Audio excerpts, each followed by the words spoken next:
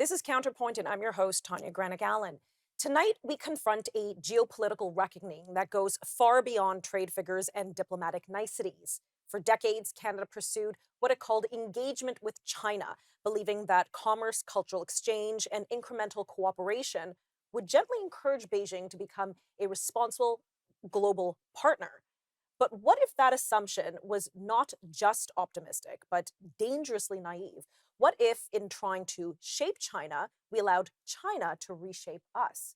In his new book, The Beaver and the Dragon: How China Outmaneuvered Canada's Diplomacy, Security, and Sovereignty, Dr. Charles Burton argues that this hopeful engagement has not produced mutual benefit, but strategic vulnerability. Rather than Canada influencing China's trajectory, he writes, China has outmaneuvered Canada, penetrating our policy debates, exploiting our economic dependencies, and exposing glaring weaknesses in how we protect our national interests. Burton's account draws on decades of frontline experience, from studying at Fudan University to serving inside Canada's diplomatic corps, and chronicles how illusions about China's intentions helped obscure a more sobering truth: that the Chinese Communist Party views its global agenda not as a diplomatic outreach, but as a strategic campaign to expand influence, weaken alliances like the Five Eyes, and normalize pressure on democracies worldwide. Critics of Ottawa's approach, including Burton, warn that this influence isn't benign engagement, but can verge on state capture, where economic incentives and elite access subtly reshape our own political and institutional priorities. For Canadians, the stakes are high. What happens when foreign political and economic levers are pulled deeply into our own policy environment? How should Canada defend its democratic institutions when influence operations blend into business deals, research partnerships, and political discourse? And at what point does engagement become a strategic liability? These are not abstract questions when our country's sovereignty and security are on the line. So, to discuss these urgent issues, we're joined tonight by the author of The Beaver and the Dragon, Dr. Charles Burton, again, a former Canadian diplomat and senior fellow with Synopsis, specializing in China's rise and Western policy responses. Dr. Burton, thank you so much for joining us today. I really appreciate your time, as you're a leading expert in this country on this matter. So let's begin with a fundamental question. You argue that what Canada once considered or once called engagement as mask strategic outmaneuvering. What are the key miscalculations that got us here, and why has Canada been so slow to confront the reality of China's global strategy?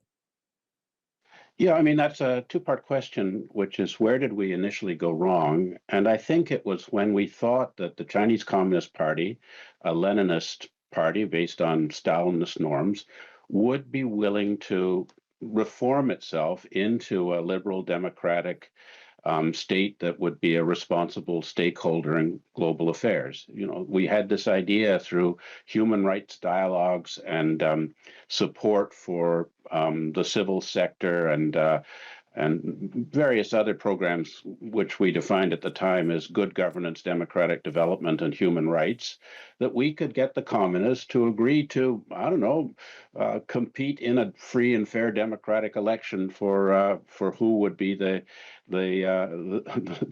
leaders of that country.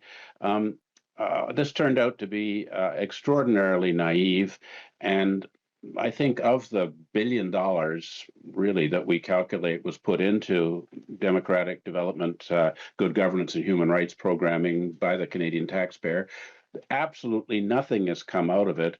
And in the meantime, China has expanded its program of influence over policymakers, harassment and menace of people in Canada, particularly Uyghurs and Tibetans, who are trying to highlight what China's doing in China, and giving a bye to China's own expansion of its global authority through its Belt and Road program and providing surveillance technologies to non-democratic states.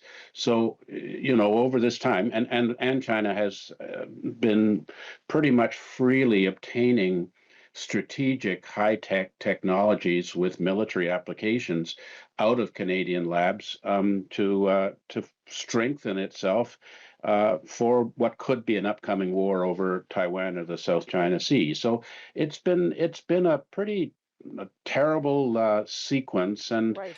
we're not seeing the government of Canada seeing the light, reading my book and learning from what happened in the past. But it seems that the Carney government is becoming even more appeasing and compliant Okay, with what the Chinese Communist Party wants in Canada. I've got to cut to commercial. We'll pick this up in just a moment.